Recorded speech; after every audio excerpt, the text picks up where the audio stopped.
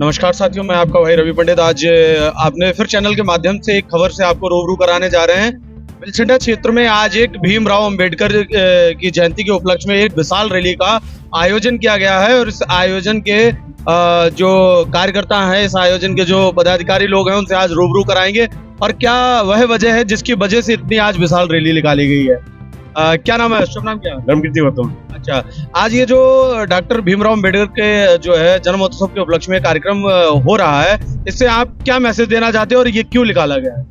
ये सबको इकट्ठे करने को मिला है, मतलब जो हर साल मतलब मनाते हैं 14 अप्रैल। ये ऐसी ही विशाल रैली हर वर्ष तो नहीं निकलती? नहीं भैया, निकलती है, हर बार निकलती। अच्छा, हर वर्ष से इस बार को ज्यादा ही मतलब धूमधाम से मनाया जा रहा है।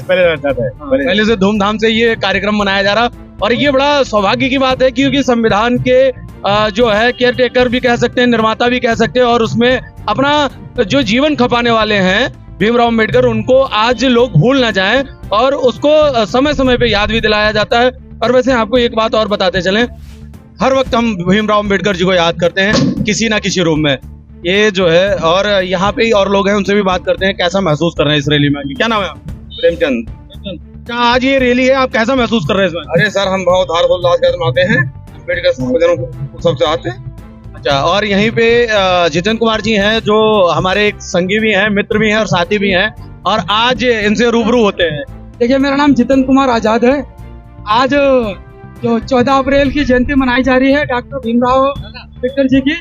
देखिए, बाबा साहब ने हमारे हर वर्ग के लिए मतलब काम किया है और हम लोग बड़ी धूमधाम से बाबा साहब की जयंती मना रहे हैं क्योंकि डॉक्टर भीमराव अंबेडकर जी की वजह से आज जो हमारे समाज को और समाज के हर वर्ग के लिए बाबा साहब ने किया है और हम लोग बाबा साहब की जयंती बड़ी धूमधाम से मना रहे हैं।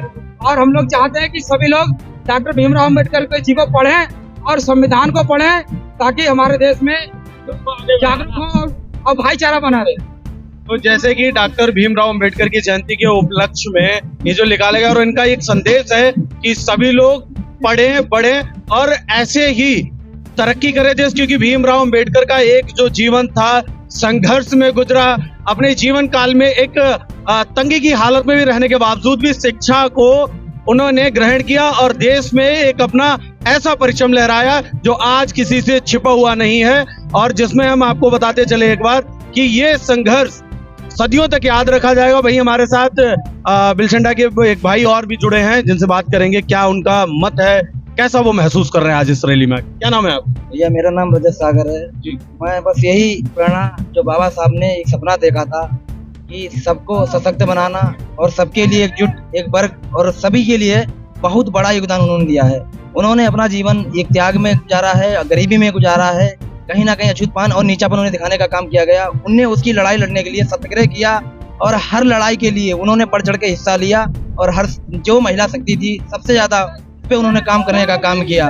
उस काम को लेके जो प्रसिद्धि अवकाश देने का काम किया वो बाबा साहब ने ही इसे लागू किया। बाबा साहब ने सत्याग्रह करने के उपरांत ऐसी कई लड़ाइयां लड़ी जो सबको साथ देने का कार्य किया। संविधान में जो नियमावली बनाई गई है, जो नियम बनाए गए, जो नियम लागू किए गए हैं, उस लड़ाई के लिए एक कानून व्यवस्था बनाई गई। कानून व्यवस्था में सबको अधिकार मिलता है, चाहे वो गरीब हो, चाहे अमीर हो, चाहे नीच हो, चाहे ऊंच हो। एक व्यवस्था बनाई गई उस संविधान के माध्यम से और संविधान के माध्यम से आज हम जो लोग यहाँ एकत्रित हुए हैं, बाबा साहब की 14 अप्रैल की जो जयंती होती है, जयंती के उपलक्ष्य में आज हम सब लोग यहाँ अम्बेडकरवादी हमारा जो भी समाज है, सब समाज के लोग इकट्ठे हैं और हमें बहुत खुशी होती है, हमें बहुत अच्छा लगता है, उनसे प्रेरणा मिलती है कि उन्होंने हम लोगों के लिए इतनी लड़ाई लड़ी है। क्यों ना उनके लिए हम एक दिन निकाल के उनके बीते हुए जो यादगार में उन्होंने अपने संघर्ष किया था, उस संघर्ष को हम एक धूमधाम से मनाएं और उसी उपलक्ष्य में हम सब लोग यहाँ इकट्ठे हुए हैं।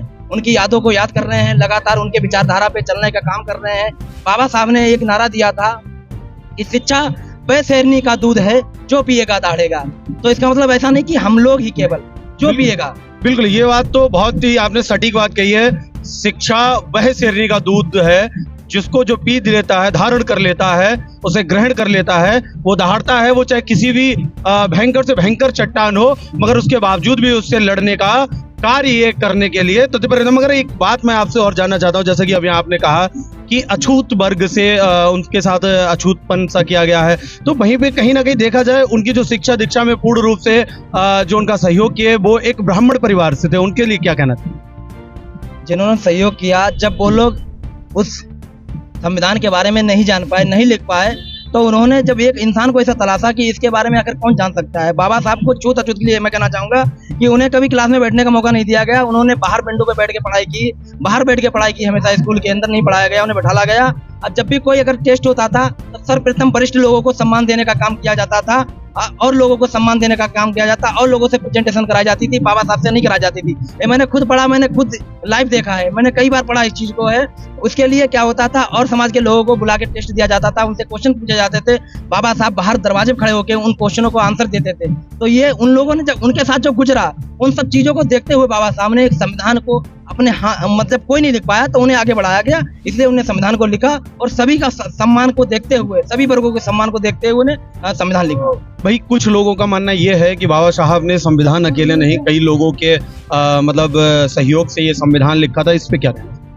सहयोग, जो बाबा साहब ने जब सहयोग लिया तो सहयोग के लिए जब बाबा साहब को आगे बढ़ाया गया तो कहीं ना जिसके हाथ में था ना उसने तो सहयोग किया गया, मगर लिखने की जो भूमिका निभाई गई, जो संघर्ष किया उन्होंने, तो वो बाबा साहब का माइन भूमिका रही है।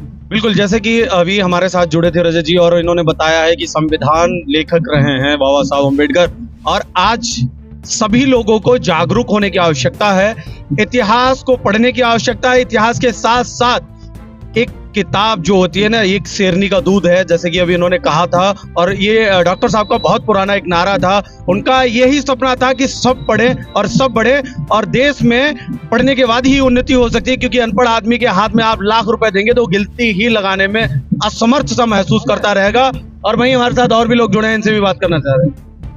हेलो, आप बोलिए, आप हाँ बोलिए क्या कहना चाह रहे हैं? हेलो, क्या नाम है? नाम बताओ अपना। मेरा नाम कुमार है जी बोलिए, आप कैसा महसूस कर रहे हैं आज आके? बहुत बढ़िया महसूस कर रहे हैं हम, जो मेरी भावनाएं हैं बहुत बढ़िया महसूस कर रहे हैं, जो मेरे बाबा साहब हैं बहुत अच्छा लग रहा है हमें, जो महसूस है, जो मेरी रैलियां चल रही हैं दिया हो रहा है। चलिए, और मैं बात करता हूँ, हमारे साथ एक भाई और जुड़े हैं और इनसे हम बात करते हैं, जानते हैं क्या आज का कैसा पल रहा है इनके लिए और ये कैसे इसको मैनेज करते हैं। क्या नाम है? मेरा नाम विशाल है और मैं जो है इस क्षण को जो आज की उम्र को बहुत गर्व से महसूस करता हूँ। और जो आज हम सब इकट्ठे हुए अम्बेडकर जयंती के उपलक्ष्य में 14 तारीख जो अम्बेडकर जयंती थी उसके उपलक्ष्य में हम लोग हर वर्ष गत वर्ष के भांति प्रोग्राम करते हैं, उस वर्ष भी किया है और भारी संख्या में लोगों को जोड़ा है। तो इसमें संविधान निर्माता बाबा साहब doctor B are Ambedkar ji का जन्मदिन जो मनाया है वही लोग हम मनाते हैं, हर साल मनाते हैं।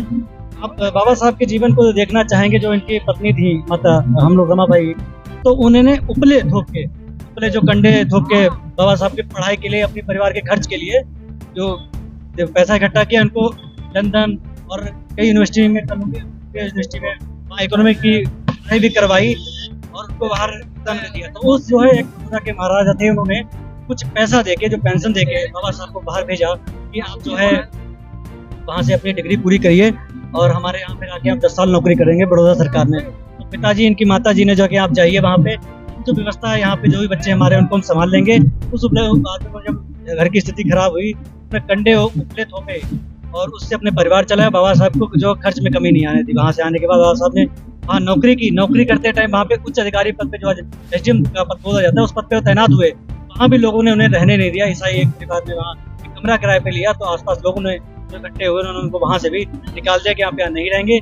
तो जो कुंठापन में धीरे धीरे आई कि जो हमने झेला है वो हमारे आने वाली पीढ़ी इस चीज को ना झेले, उसके लिए बाबा साहब ने प्रयत्न करना शुरू किया। तो महार सत्याग्रह किया, जिसमें पानी पीने के लिए बहुत प्रयत्न किया, पानी नहीं पीने देते थे। जी बिल्कुल, ये इन्होंने बिल्कुल सही कहा है कि कहीं ना कहीं देखा जाए गरीबी से निकल के उन्होंने पढ़ाई की, ये अपने आप में बहुत ही अद्भुत रहा। हर देश के आज नागरिक को, हर स्टूडेंट को इस चीज से प्रेरणा लेनी चाहिए और भीमराव अंबेडकर के चरित्र से सीखना भी चाहिए कि देश में रहने के बाद यदि आप अनपढ़ रहते हैं और आपको शिक्षा का यदि मौका मिलता है, आप जब भी नहीं पढ़ पाए तो ये आपका अपना एक पर्सनल दुर्भाग्य रहेगा, इसमें कुछ नहीं कहा जा सकता। वाक्य है, बोलना चाहूंगा कि उन्होंने कहा था कि पैर में चप्पल हो ना हो, घर में चप्पल हो ना हो, लेकिन जो है जेब में कलम होनी बहुत जरूरी है। बिल्कुल बिल्कुल सही कहा है कि चप्पल हो या तन पे बदन पे कपड़े हो या ना हो, मगर कलम और कलम का ज्ञान होना चाहिए।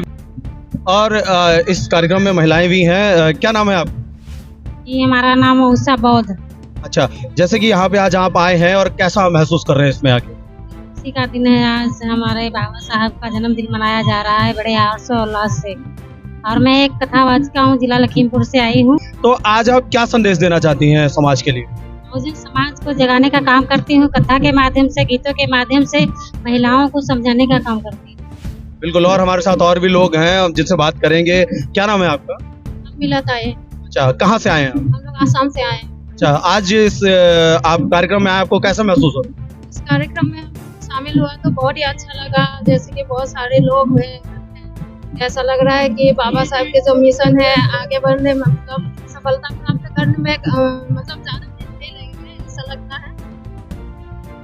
और आगे बढ़कर जो ये लोग हैं, जैसे ये नारा गूंज रहे हैं, जैसे बोल रहे हैं, उस हिसाब से काम करेंगे, ये हमारे ऐसा मानना है कि ये मतलब ये सफल हो जाएगा एक दिन। जैसे कि इनका कहना है कि बाबा साहब का एक नारा था और वो आने वाले टाइम पे सफल होगा। वहीं यहाँ पे और भी अन्य लोग जुड़े हुए हैं जिनसे लगातार हम बात करेंगे, क्योंकि ये अपने आप में एक बहुत ही अद्भुत है, क्योंकि यहाँ पे लगातार कुछ ना कुछ बाबा साहब के लिए लोग करते ही रहते हैं और उनकी रैली के लिए लोग करते रहते हैं। और देखा जाए, उन्होंने एक नारा लगाया था कि जो शिक्षा है वो एक ऐसी शेरनी का दूध है जिसको जो पीता है वो दहाड़ता है। तो ये वाकई में अपने आप में अद्भुत है। क्या नाम है आपका? अच्छा, क्या आज आप रैली में आए, आपको कैसा लग रहा है? बहुत अच्छा लग रहा है। अच्छा, क्या मतलब आप क्या संदेश देना चाहेंगे? संदेश देना चाहते हैं कि सभी लोग शिक्षित रहे, संगठित कर संघर्ष करें उसके लिए। जी बिल्कुल, बहुत अच्छा इन्होंने नारा दिया कि सबको शिक्षित होना चाहिए, सबको संगठित होना चाहिए और सभी लोग एकत्रित होकर जी बिल्कुल बिल्कुल संघर्ष करें और सब लोग संगठित होकर रहें, ताकि जो है देश में शिक्षा का स्तर ऊपर बढ़े और देश में एक नई क्रांति आए। इसी के साथ फिर मिलूंगा। जय हिंद।